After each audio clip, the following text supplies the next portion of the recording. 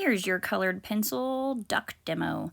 So on this mallard, it has a green head, but it's not just green. There's a spot where there's highlight and it's kind of a lighter, brighter green, but a lot of it is almost black. When you look at a lot of birds, depending on the angle, the lighting can change and they can look kind of iridescent or metallic. There can be a wide range of colors. I am starting to layer those colors in. I'm trying to pay attention. Here's where I couldn't find black, so I started using kind of a dark blue.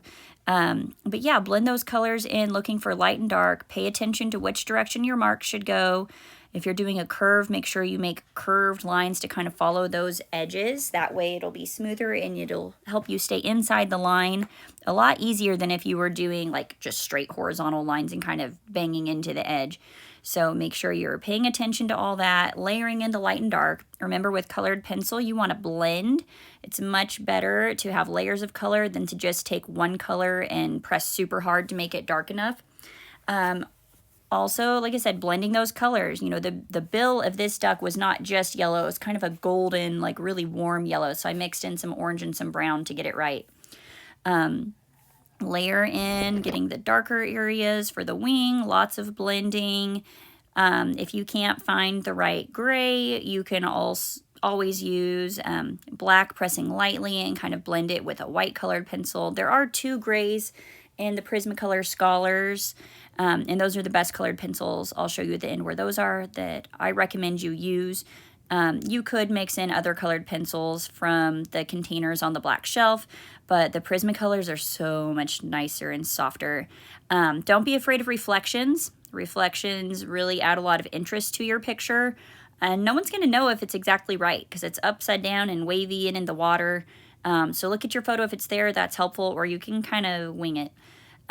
When you start doing your water goes side to side unless it's curving around like for a ripple.